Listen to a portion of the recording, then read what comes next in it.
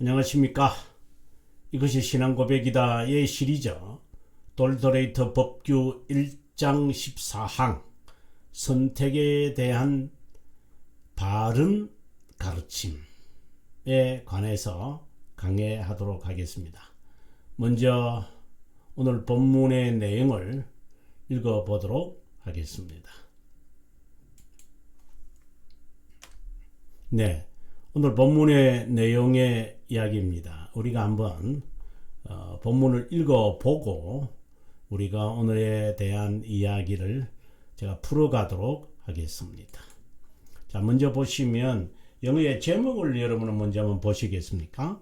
선택에 대한 바른 가르침, teaching, election, properly, 바르게 가르쳐라는 겁니다. 그리고 정당하게 합당하게 선택을 가르쳐야 한다 라고 하는 것에 대한 교훈입니다. 그래서 저는 이것을 바르게 라는 말로 저는 개인적으로 했습니다. 어떤 분들은 rightly 이렇게 해석을 할 수도 있겠습니다만은 저는 properly 라고 하는 이 말이 가장 합당하게 이 선택을 가르치는, 어떻게 본다면 이 선택의 주제의 마지막 부분이라고 봅니다. 하나님의 예정에는 선택과 유기가 있는데 이제 15장에는 유기에 관한 이야기입니다. 굉장히 좀 부담스럽습니다. 아마 듣는 그리고 시청하시는 분들에게도 부담되지만 강의하는 저에게도 실제로는 부담이 되는 게 유기에 관한 이야기인데, 그 유기에 관한 내용을 들어가기 전에 우리가 14항에서 지금까지 이야기해왔던 내용을 마무리하는 데 있어서 teaching, 가르쳐라 라는 겁니다. teach, election, properly에 관한 이야기 한번 본문을 좀 더 자세하게 읽어보도록 하겠습니다. 하나님의 가장 지혜로운 합의에 따라 이렇게 했습니다. 아주 중요한 이야기라고 여러분들에게 제가 말씀을 드렸는데요. 그래서 후에 한번 자세하게 여러분들에게 한번 설명하도록 하기로 하고요. 일단은 내용을 한번 읽어보도록 하겠습니다. 하나님의 가장 지혜로운 합의에 따라, 이 합의가 하나님의 지혜에 근거하고 있다는 것입니다. 그분의 선택 교리는 하나님의 지혜로운 합의에 따라 이루어진 선택 교리는 선지자 그리스도 자신과 사도에 의해서 선언되었고 신구약 성경에 분명하게 계시되었기에 하나님의 교회 안에서 정한 시간, due time and the place, 장소에서 여전히 여기에서 still to be published 라고 되어 있습니다. 인쇄해야 한다 이런 개념이 아니라 선언되어져야 한다, 공포되어져야 한다. 이 선택의 교리는 하나님의, 여기서 하나님은 삼위일체 하나님을 말씀을 하는 겁니다. 여기에는 삼위일체 하나님이십니다. 네. 그리고 하나님의 이 합의는 지혜로움이라고 표현을 합니다. 보통 우리가 이제 하나님의 선택, 하나님의 섭리 이럴 때 이제 하나님의 지혜로움, 가장 지혜로움, most wise라는 표현이 등장을 합니다. 그리고 여전히 선포되어져야 한다. 그 다음에 이 교리는 이렇게 되어 있습니다. 이 교리는 하나님의 가장, 여기는 하나님의, 자, 여기서 하나님의 가장 지혜로운 속성이 나타나고요. 여기는 가장 거룩한 이름의 영광을 위하여, 이름의 영광을 위하여, 교회가 가장 높으신 분, 이런 표현들이 우리들에게 참 와닿지는 않습니다만은, 그러나 아주 중요하게 우리가 받아들여야 합니다. 여기에 most wise, most holy name, most high의 비밀적 길을 조사하려는 헛된 시도를 하지 말고 그분의 사람들을 활기를 띠게 하며 위로하기 위해 사려 깊고 경건한 정신으로 경외심을 갖게 하게끔 특이하게 계획되어 있었다라고 되어 있습니다. 실제로 그렇습니다, 여러분. 자, 오늘은 이 말씀에 대한 제가 해석을 한번 제가 하기 위해서 판서를 하도록 하겠습니다. 먼저 우리가 여기서 봐야 되는 것은 하나님의 선택. 그래서 1장을 제가 검은 색깔로 제가 바꾸겠습니다. 1장 내용 자체는 하나님의 예정에 관한 겁니다. 우리가 큰 제목으로 한다면 무조건적 선택이라 그랬죠. 무조건적 선택이다, 이렇게 우리가 봅니다. unconditional election이잖아요. election인데 이 예정에는 둘로 나누어진다고 했습니다. 하나는 선택이 있고요, 또 하나는 유기가 있습니다.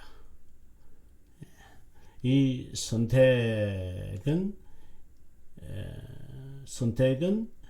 하나님의 선택된 자로서 하나님의 자녀라고 되어져서 의인이라고 불리워지지만, 이는 하나님에 대해서 상대적인 개념이래요. 의인에 대한 상대적인 개념으로 악인, 이렇게 보통 불려집니다. 이제 구약 시편에서 이런 이제 표현들이 참 많이 나타나죠. 그죠?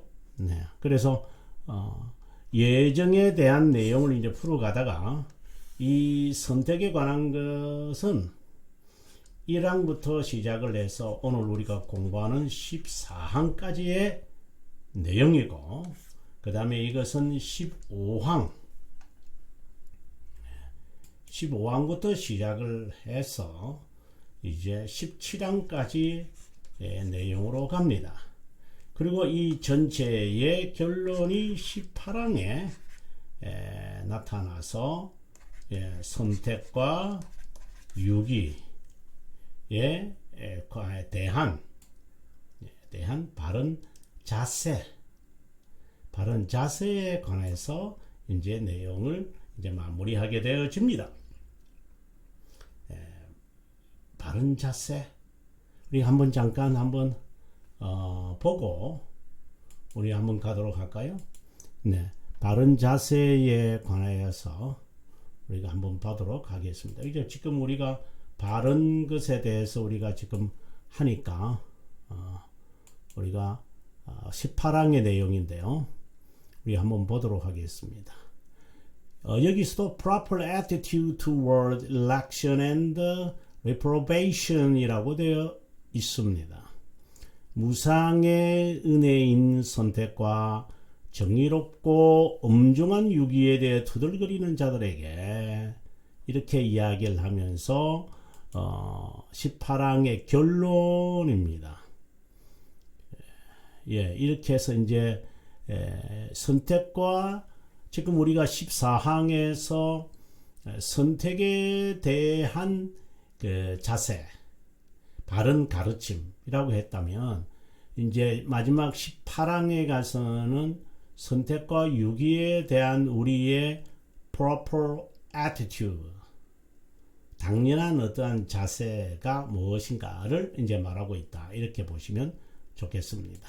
자, 그러면 다시 우리가 공부하는 내용으로 다시 돌아왔습니다.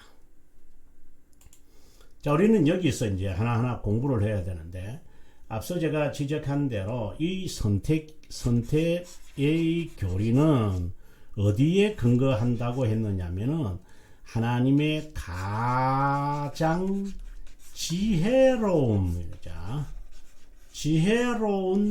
합의에 근거에 있다 라고 하는 것을 먼저 여러분 상기했으면 좋겠습니다. 하나님의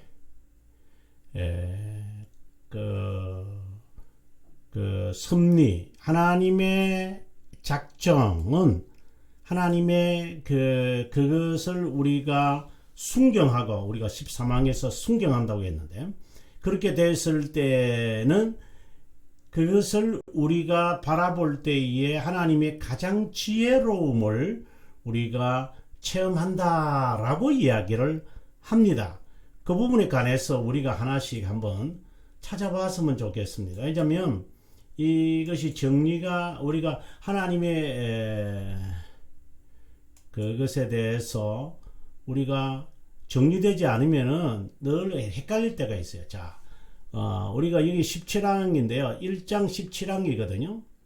1장 17항이 아니라 이제 3, 4장, 이게 3, 4장이거든요. 이거 돌돌이터 3, 4장 17항인데, 이게 보면 가장 지혜로우신 하나님은 중생의 사역에 있어서 하나님은 가장 지혜롭다. 이러한 것을 우리가 고백하게 되어집니다. 그 다음에 또 보면 이것은 신앙고백서 2장 1항에 관한 건데, 하나님의 속성 자체잖아요. 이거 보시면 most wise 라고 했습니다.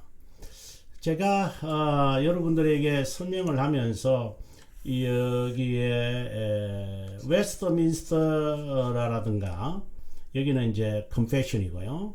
그리고 웨스트민스터 소교리 문답이라든가, 그 다음에 웨스트민스터 대교리 문답에서는 하나님의 이 속성, 하나님은 어떤 분이십니까? 라고 할 때는 most를 갖다 붙여서, 그 다음에 뭐 불가예적이다, absolute, free, 좀 있으면 제가 보여드리겠습니다만은 free, wise, 네, 이러한 표현들이 그다음에 holy 이렇게 나오거든요. 그러나 이제 벨지카에 가보면은 most가 아니고 perfectly라고 나타납니다. 이 똑같은 이런 형용사들인데 뭐 같은 개념이죠. 그죠? 자, 우리 한번 잠깐 살펴볼까요, 여러분? 네. 예, 이게 이제 벨지카 신앙고백서 1항인데요. 예, 하나님의 존재, 유일무이한. 예, 좀 더 자세한 이제 설명은 여러분들이 이 책을 꼭 참고하시면, 이게 이제 주석이니까 여러분 꼭 참고하시면 좋겠고요. 자, 이 부분에서 2번을 한번 보시면은, 그분이 영원하고 불가의적이고 불가시적이고 불변하고 무한하고 전능하고 완전히 지혜롭다 이래 돼 있잖아요. 그죠? perfectly wise, perfectly just, perfectly good 이렇게 이제 설명이 돼야 되겠죠. 네. 그런데 지금 우리가 보아왔던 이제 웨스트민스터라든가 지금 네, 좀 더 내려가야 되는데, 예, 지금 11항에서도 보면은 하나님의 불변한 선택, 즉 1장 11항을 말하거든요. 보면 하나님은 가장 지혜롭고 변하지 않고 전지하고.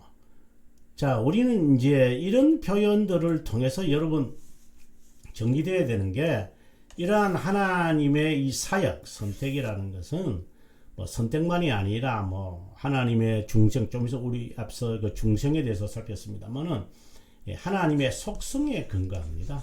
제가 지금 말씀드리고 싶은 것은 하나님의 속성에 근거한다, 이렇게 보셔야 됩니다. 그죠?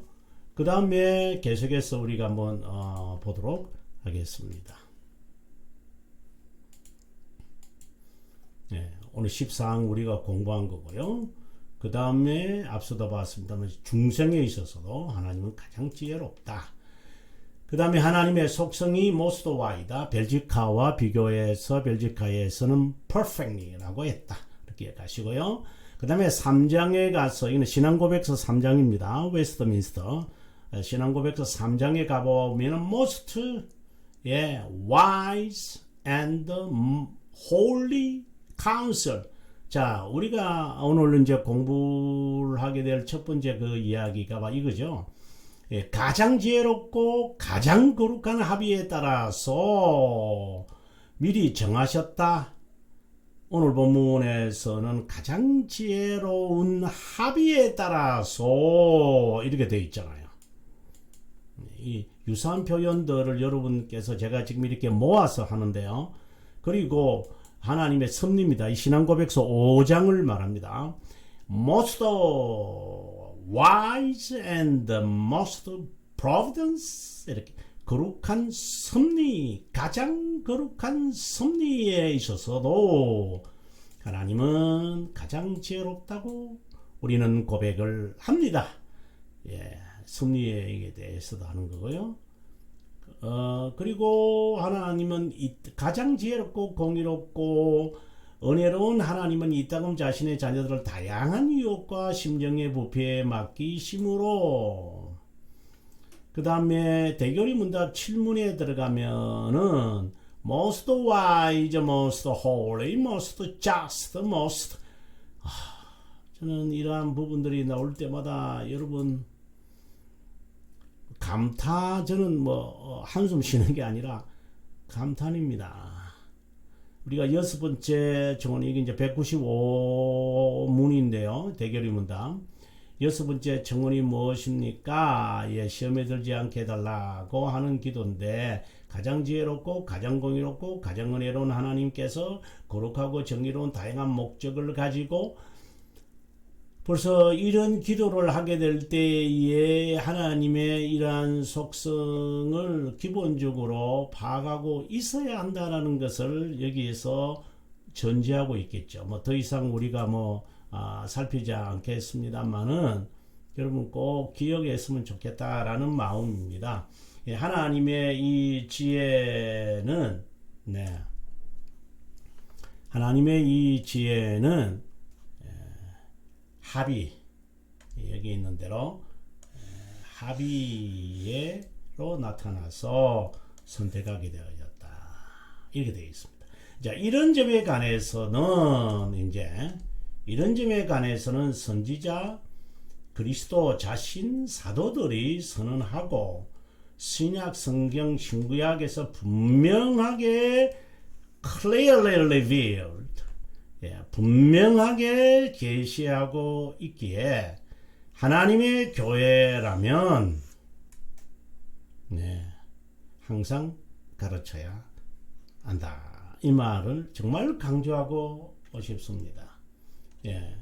정말 우리가 이 선택 교리를 믿는다면 반드시 티칭해야 된다. 하나님의 교회에서는 그래서 이제 여기서 우리가 주의해야 될 것이요, 이 교리를 가르치라고 하니까 사람들이 이것을 하나의 커리큘럼인 줄 알아요. 교과 과정인 줄 알아요. 교과 과정으로 커리큘럼으로 받아들여져서 어린아이들에게는 소교리 문답, 그리고 조금 지나면 대교리 문답, 그 다음에 신앙고백서 한 번, 두 번 배웠다 이렇게 하는데, 여러분 그런 게 아닙니다. 평생 하셔야 되는 겁니다. 평생입니다. 라이프타임입니다. 개혁신앙을 갖는 사람들은 이거 평생 라이프타임이지 이 한두 번 하는 거 아닙니다. 정말 저 한국 장로교 정치를 하는 목사들에게 정말 주님의 이름으로 정말 간절하게 부탁드리고 간청합니다. 과정 아닙니다. 교육 과정 아닙니다. 목사 자신이 가르쳐야 되고 목사 자신이 해석할 수 있어야 됩니다. 신학자들에게 물어보세요. 여러분 몇 명이나 이것을 해석할 수 있다고 생각이 드세요? 남의 책 보고 뺏기는 거 외에는 뭘 하겠어요? 본인도 까먹고 있어요. 소교리 문답 안에, 대교리 문답 안에, 신앙고백서 안에, 벨지카 신앙고백서 안에, 돌토레이터 법교 안에, 그리고 하이델베르크 교리 문답서 안에 뭐가 있는지도 몰라요, 본인이요. 여전히 가르쳐야 되는데 그러면 하나님의 교회가 아니죠. 하나님의 가장 지혜로우심을 그래서 이것을 반복해야 됩니다. 소교리 배웠으면 대교리 배웠으면 신앙고백서 다시 또 이렇게 또 가야 됩니다.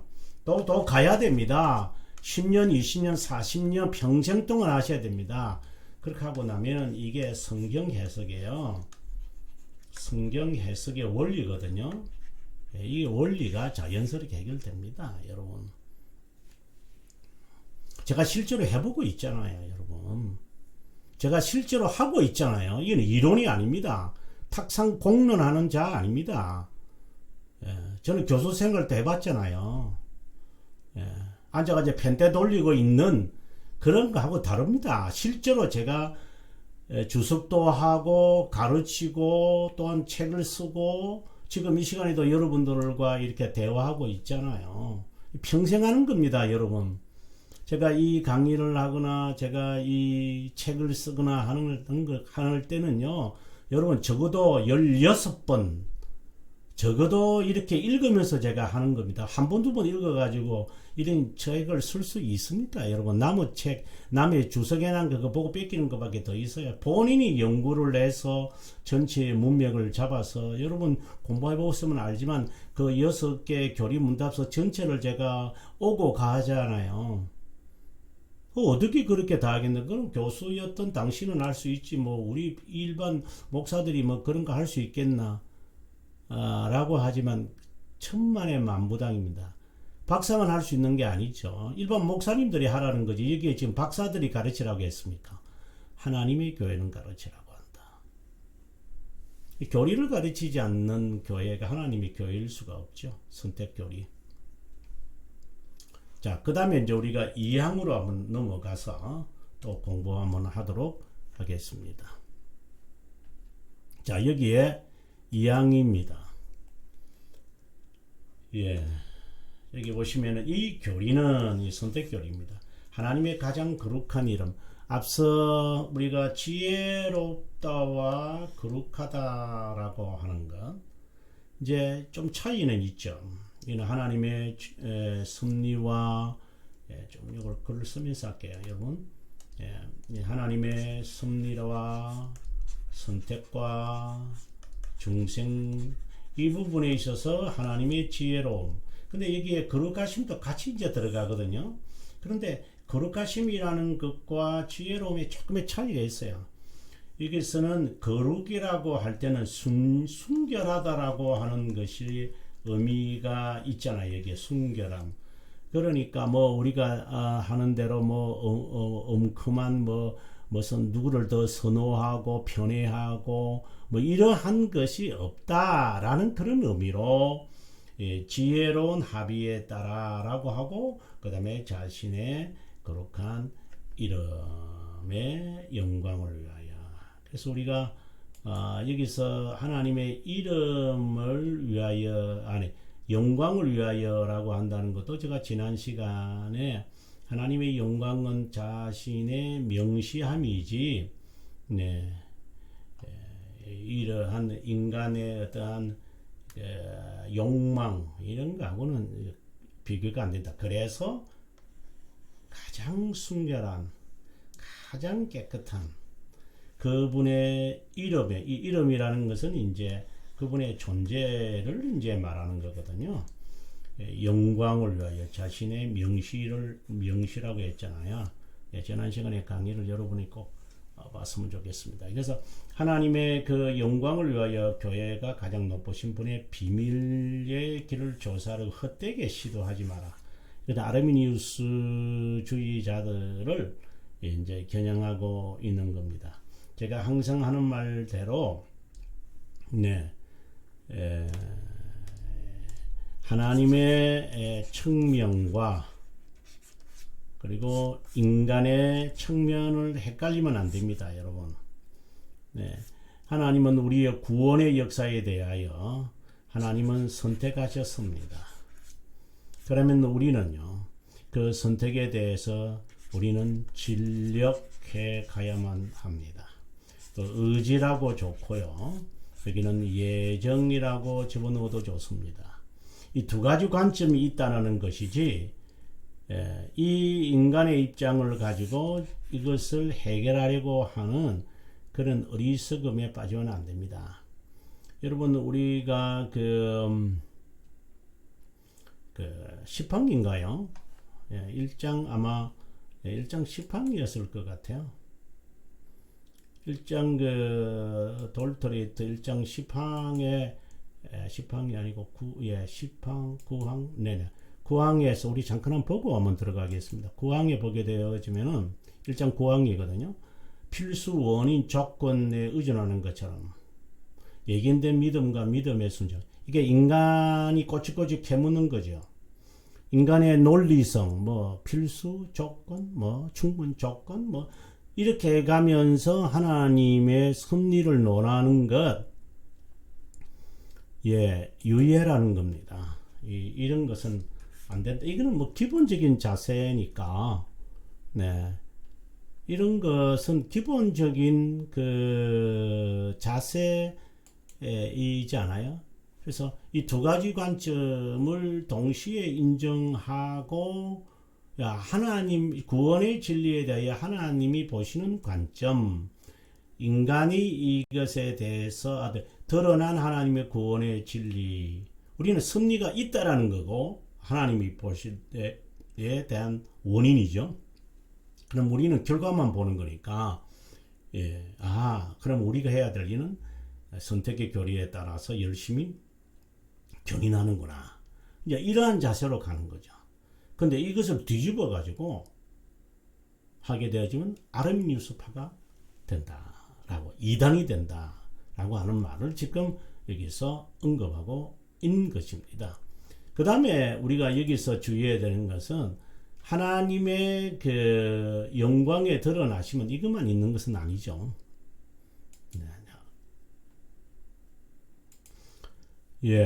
우리가 다시 본문으로 돌아와서 이게 상당히 흥미있는 또 표현이 있는데요.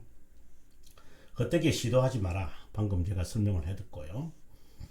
그 다음에 하나님의 사람, 그분의 사람들, 이거는 선택된 자를 말하잖아요.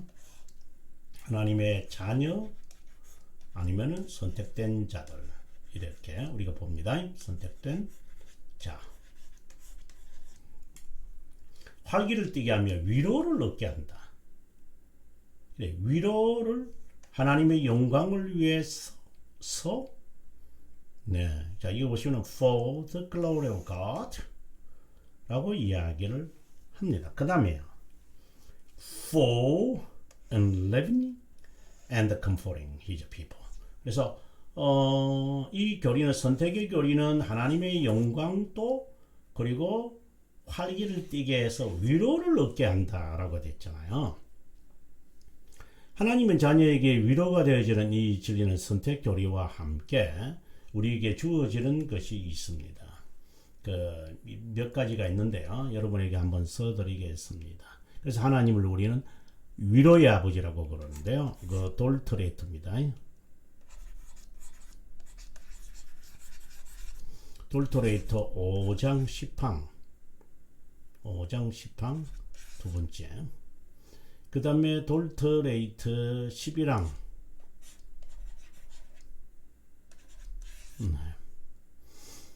그 다음에 우리가 하이델베르그 여러분들을 하이델베르그 제가 이 강의를 마치고 난 다음에는 이제 하이델베르그 제가 강의를 하겠습니다만은 1문에서 2문에서 하는 게 뭔데요? 삶과 죽음에서 인간에게 가장 위로가 되어지는 것이 뭐냐 할 때 세 가지를 이야기하잖아요. 첫째는 죄와 비차, 그 다음에 두 번째가 구원의 길, 세 번째는 감사의 길이다. 이게 이제 큰 세 주제로 이제 하이델베르그를 이제 구성하고 있는 것이죠. 우리가 잠깐 한번 볼까요? 위로가 되어지는 것은 선택교리라고 하는 거, 우리가 시팡에 있는 내용이라고 했잖아요, 방금요. 5장 시팡에 대해서 우리가 먼저 또 한번 보고 난 다음에 우리가 들어가도록 하겠습니다. 하이델베르그도 잠깐 한번 우리가 보도록 하겠습니다. 자, 여러분, 이게 하이델베르그인데요. 하이델베르그가 아니고 돌트리히터 5장 시팡의 내용인데요. 이게 보시면 두 번째 동그라미를 한번 보십시오. 하나님께서 우리의 위로를 위해 자신의 말씀 안에서 가장 풍성하게 계시한 약속들을 믿는 신앙에서 일어난다. 여기서 확증이라는 것은 바로 견인에 대한 거죠. 그 다음 11항 2항으로 한번 갈까요?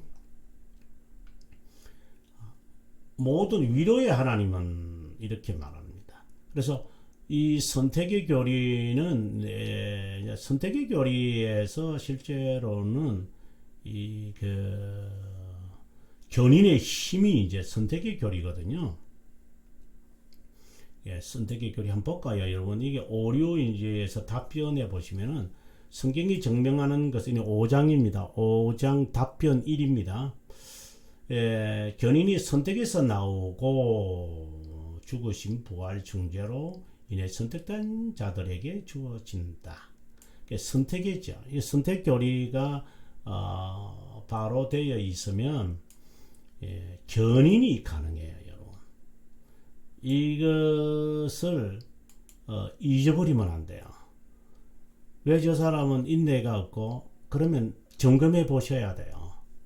선택 교리에 대해서 분명히. 그래서 지금 우리가 지금까지 공부해 왔던 1장 1항부터 시작을 해서 쭉 공부해 온 14항까지의 내용을 한번 점검해 볼 필요가 있어요. 이게 위로를 받는. 그래서 선택의 이 교리는 하나님의 영광을, 이것은 소교리 대교리 문답서에서 하나님의 영광을 위한 거다. 그것이잖아요. 그 다음 하이델베르그에서는 성도들을 위로를 위한 거다. 그래서 한편으로 보면은 선택의 교리는 하이델베르그 일문과 그리고 대교리 문답, 소교리 문답의 일문들에 대한 하나의 답변이라고 보시면 되겠습니다. 이해가 되시죠? 선택의 교리가 이제 하나님의 영광을 위한 거고, 그 다음 하이델베르그에서는 죄와 비참, 하이델베르그 우리 한번 보고 우리가 들어갈까요? 하이델베르그를 뭐 안 보고 이야기하면 좀 그러니까 한번 보고 들어갈게요. 이게 보시면 삶과 죽음에서 당신에게 유일한 위로가 되는 게 뭡니까? Only comfort가 되는 것이 무엇입니까? 여기 보면은 여기에 보시면 그 다음에 두 번째 그리고 세 번째 이렇게 되어 있잖아요. 이게 이제 우리를 위로를 위한 것입니다. 이것이 하나의 구성 요소거든요. 그래서 방금 우리가 지금 공부하고 있는 이 내용은 한편으로 보면은, 자, 우리가 지금 이 공부로 다시 돌아온다면은 여기에 거룩한 이름의 영광을 위하여 라고 하는 이 부분은 소교리 문답과 그리고 대교리 문답의 일문들을 말하는 거고, 위로를 위한 것이다 하는 것은 하이델베르그의 일문을 위한 것이다. 이렇게 이해가 되시면 좋겠습니다. 결론입니다. 여러분, 좀 긴 시간이었지만 이 선택의 교리는 항상 가르쳐야만 합니다. 교회에서 항상입니다. 여전히. 그래서 하나님의 영광을 위한 것과 하나님의 영광을 위한 것과 성도의 위로를 위한다면 사실상 메시지가 그거 이상 무엇이 있습니까? 삶의 목적도 이것이고 인간의 위로도 이런 것인데요. 생과 죽음에서 위로가 되어지는 게 선택교리인데요. 그럼 이거 가르치지 않고 뭘 가르쳐서 우리가 성도들에게 근데 이것을 properly 제대로 가르쳐야죠. 그죠? 바르게 가르쳐야죠. 하나님 우리 선택했다. 하지만 아르미니우스 이단들도 선택 말해요. 그하고는 다르겠죠. 자, 시청해 주셔서 감사하고요. 다음 시간에 우리가 그 선택 교리에 이제 마무리를 하고 이제 15항으로 가면은 15항을 우리가 한번 잠깐 한번 우리가 한번 보고 들어가도록 할까요? 네. 15항인데 이거 유기에 관한 이야기예요. 여기에 보시면은 우리에게 선택이 영원하고 무상의 은혜임을 특이하게 예정하고 그날에는 것은 이라면서 이제 유기에 관한 이야기가 나옵니다.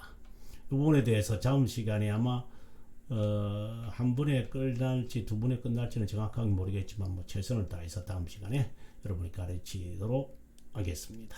자, 저는 다음 시간 15항 유기에 관한 이야기를 여러분들에게 강해 드리기로 약속을 드립니다. 시청해 주셔서 감사하고요. 남은 시간 주님과 함께 평안하게 승리하면서 보내시기 바랍니다.